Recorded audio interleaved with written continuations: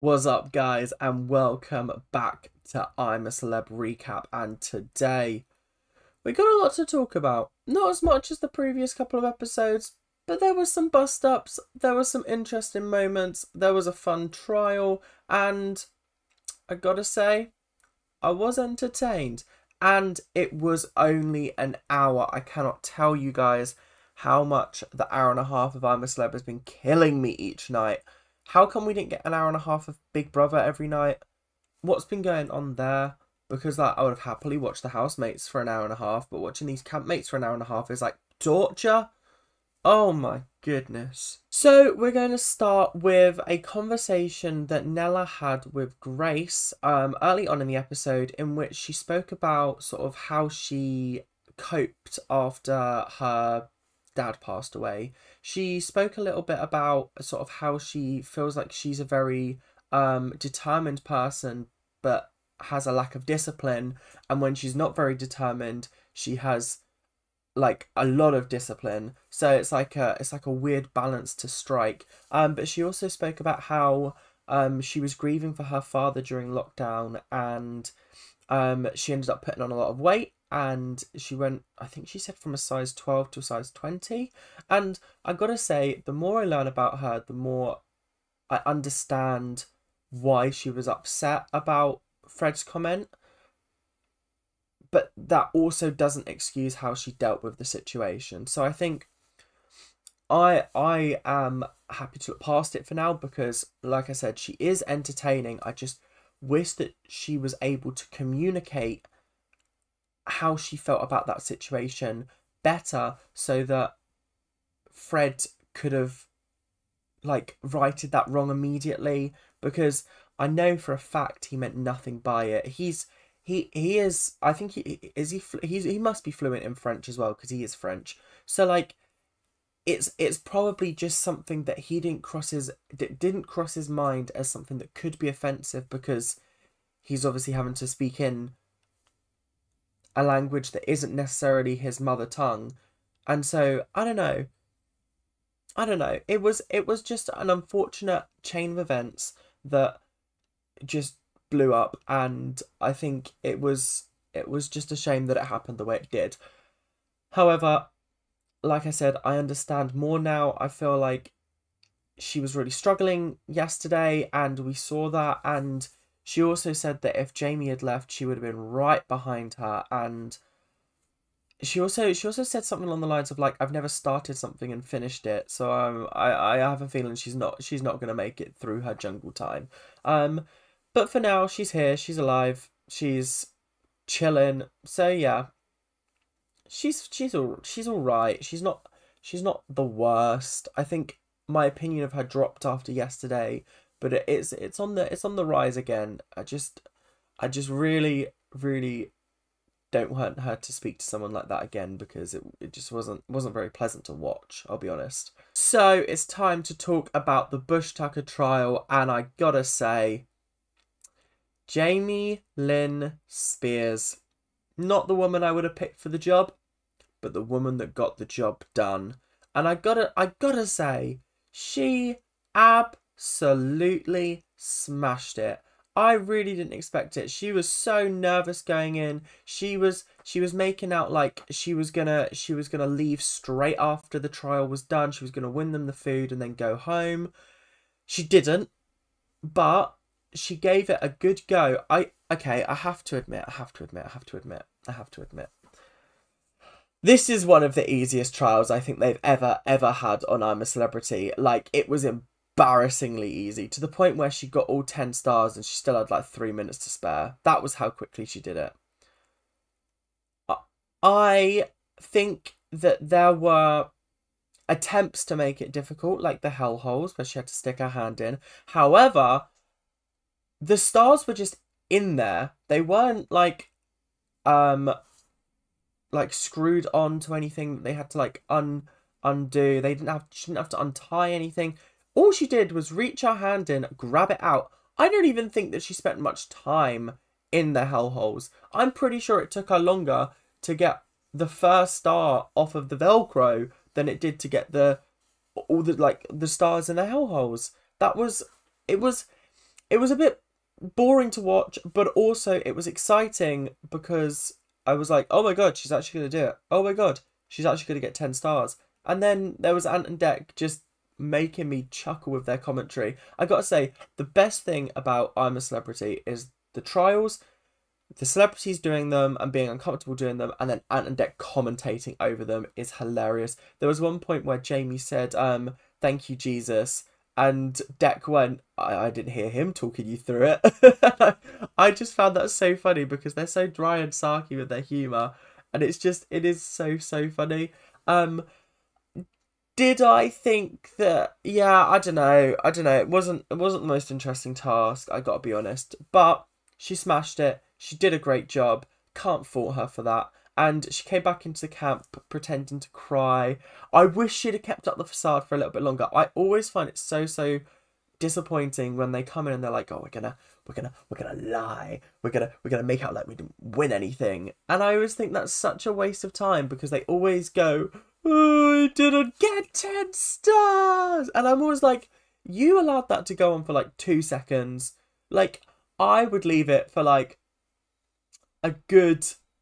Oh, in fact, do you know what? I'd be so dickheadish to be sort of like, oh, I only got like 2 stars. Oh, it was so tough. And then when dinner comes, on account of me winning 10 stars, and that's when they all go, what? That'd be crazy. I think that'd be quite funny. That I would Yeah, I would do that probably, let's be honest. So, the gang was talking about their jobs, and by gang, I mean Fred, Sam, and Josie. Oh my god.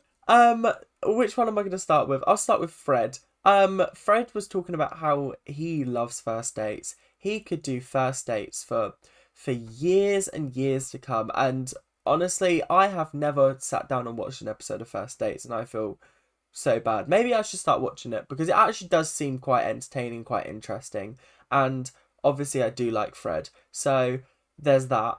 And he also was asked by Josie who's his favourite, Gordon or Gino, and Fred gave a very diplomatic answer. He said Gordon's always right and Gino's never wrong, and then he's stuck in the middle, and I thought that was quite funny. I think that is a hilarious trio. I've watched a couple of episodes or a couple of clips here and there of their show. I haven't sat down and watched it, but they are entertaining. I love Gino D'Acampo. I love Gordon Ramsay. So, like, it makes sense that I would love Fred Sirieix.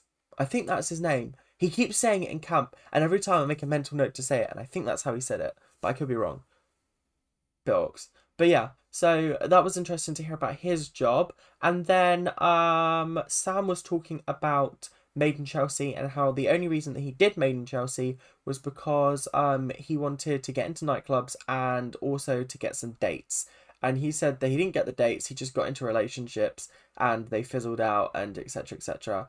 And I thought that was quite interesting. I always wonder how you get into shows like Towie and Made in Chelsea, because it's not like they're acting necessarily. Like, it is to a certain degree, but like all of the storylines are based off of real events.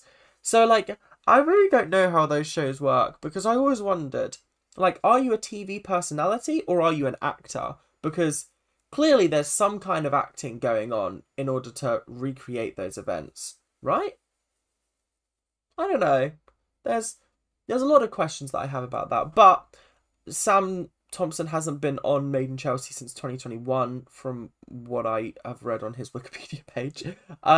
So he's been focusing on his podcast, and I think that's very admirable, I think, because that's how I know you from. I didn't know you were on Made in Chelsea until you told me you were on Made in Chelsea. So yeah. As for Josie was talking about how she got onto This Morning. First of all, she said her favourite co-worker is Alison, which was quite funny. She was like, I could never pick my favourite co-host, Alison. And I thought that was quite funny. It was almost like a split second. She went, yeah, Alison. But she was talking about how she came out of Big Brother, she just won, and she tried getting some more TV jobs and it didn't really work out. And then this morning called and gave her a couple of minutes in a segment, and then called again, gave her a couple more minutes. And then one day they just turned around and went, yeah, we need someone to fill in. And we've called everyone's ill, so we need you to come in. And she was like, but I'm off to the competition. They were like, well, there's no main show without a competition. No, there's no competition without a main show. So that was how she first started presenting this morning. She had 15 minutes to get into makeup and to get onto set and start presenting. And I gotta say, and that's sort of what's the word I'm looking for? That's how the story was written. And that's how what's that saying? What is that saying? Where it's like, and the rest is history. That's the one I was looking for. Oh God, you can tell this is a stream of consciousness. So yeah, that was quite interesting to learn about, because I always did wonder how sort of Josie went from sort of doing the sort of competitions and like going all around the country, going on roller coasters and cooking in the kitchen to then presenting the show. It's a huge step up, and I gotta say, there's not many people that are more deserving of it than her. I gotta be honest, and I do find her on This Morning absolutely hilarious. So yeah, very, very impressed. Oh, why am I sighing, you might ask? Oh, because it's time to talk about politics. And why are we talking about politics? Well, there's two things really. Nigel's been making some comments about wanting to be the Tory, that like head of the Tory party. I don't think that's going to happen. I think that's a pipe dream. And I don't think the country would vote for him if Tories were under his leadership. They don't even want to vote for Rishi under Rishi's leadership. So like, that was a bold statement to make. And then later on in the episode, we had Nella was talking to Grace. She was like, I just don't understand Nigel. And then Nigel walks past and Nella goes, oh, we're talking about you. Come here and talk to us.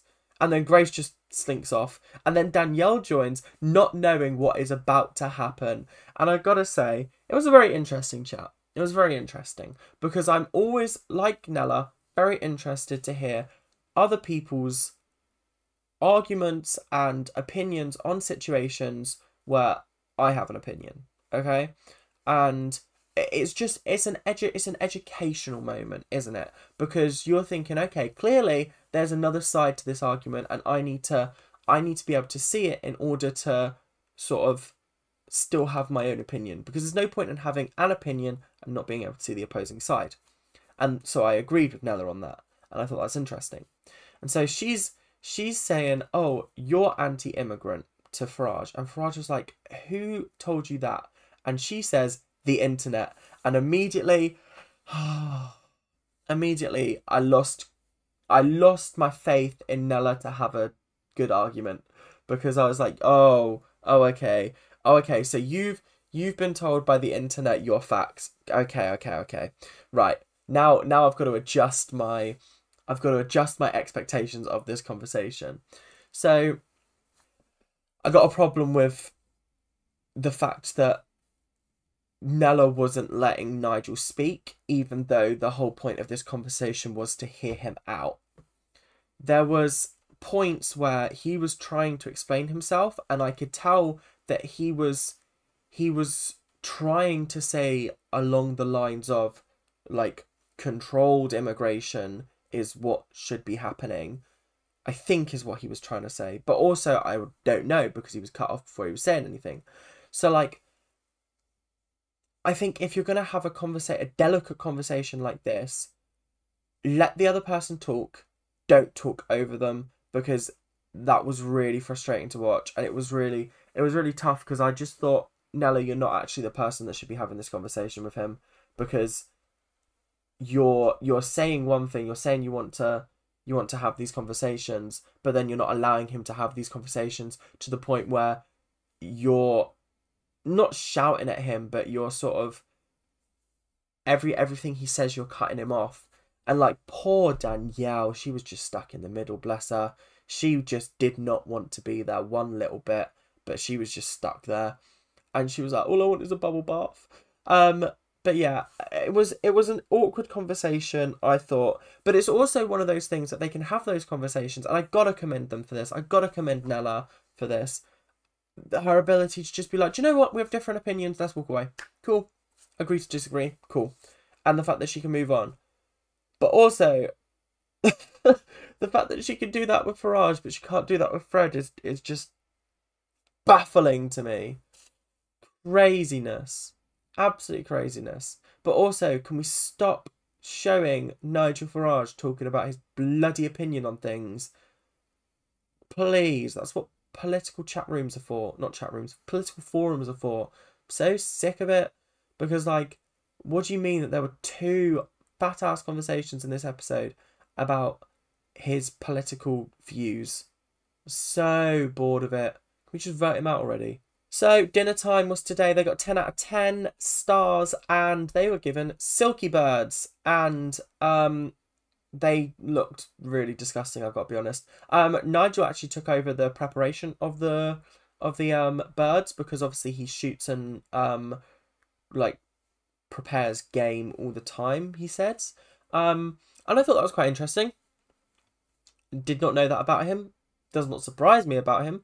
But yeah, it seems like a valuable asset in the jungle. And then Nigel was like, oh, should we get rid of the heads? And Fred decided to go, no, let's put the heads, the chicken, the silky heads in with the rice to give it some flavour. I did gag. I did not feel very well after that statement. It did not make me feel good. Nella also said that she'd eat stuff, but she didn't. Or she did. She had a little bit and then didn't really eat much else. Josie's getting a bit worried about her not eating, which I think is so lovely. Josie is genuinely the most wonderful woman ever on the show. And yeah, oh, there was also the cleaning fiasco as well. Later on, Nigel was kicking off because no one was cleaning up properly. Apparently Nella had cleaned some stuff, sent him all the way back up with it, and when he was putting it away, he noticed it wasn't clean, so he had to go all the way back down to the creek.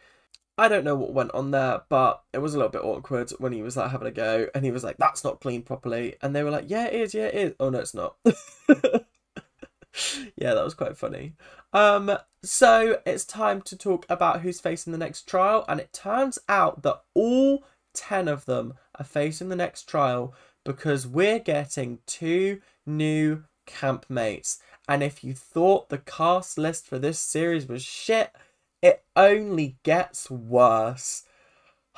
I was really excited because this is the first year that we have had nobody come into the jungle that is of sporting relevance, because I find them so dull and boring. There's only a few exceptions to that rule. Harry Redknapp, for one. Yeah, Harry Redknapp is the only exception I can think of within the last couple of years. Every other sporting person has been dull or just not very interesting. And I have no interest in sports. I can put up with footballers. I can put up with them. But like the rest of them, they might as well just be everyday people because I don't know who they are. So tell me why they've got Frankie Dettori, who is an ex-jockey. Never heard of him. Tony Bellows, an ex-boxer. Never heard of him. Who are these people? Where are they finding them? And then you've got the I'm a Celebrity account going, will they take King of the Jungle? No, I don't think they will. I don't think they're making it very far in this competition. Unless they are the funniest people I've ever met in my whole life, which I will reserve judgment until I see them in action. But I think we've got our top 3. We've got our top 3 in Josie, Danielle, Marvin Humes, maybe Sam Thompson, maybe Grace Dent. Actually, I really like Grace. She's so dry and funny, and I did not expect it. Like, I really did not expect it from the food critic from MasterChef. That's crazy. But yeah, so they're heading to the Scarina. They're going to be split into teams, and they're going to be competing over the next couple of days. And it looks like Tony and Frankie are going to be sort of, like captaining the teams, I guess. Like, this is what I mean. Oh, I'm a celeb. I'm a celeb. It feels like I'm a Celeb I've lost my interest in this series very, very quickly. And like usually it's like a week in and I'm still like really into it. But like with day 4, and I think it's, do you know what it is? It's Big Brother. Big Brother has ruined like other reality shows for me this year. Like The Traitors will be fine because I'm watching it like every couple of days, so I'm excited for that.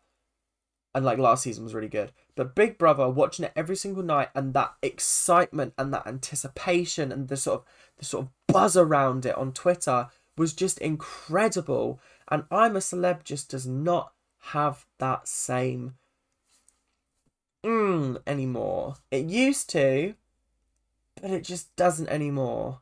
And the hour-and-a-half episodes, we're back to an hour-and-a-half tomorrow.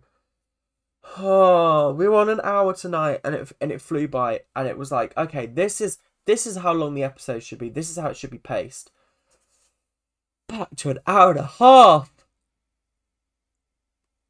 Oh, tough. It's tough. It's tough out here. But thank you guys very, very much for watching. I will be back here tomorrow to talk about the Scarina and Frankie and Tony and. Anyway, thank you guys very, very much for watching, and I will see you guys tomorrow for another episode. Keep on ranting. Bye now.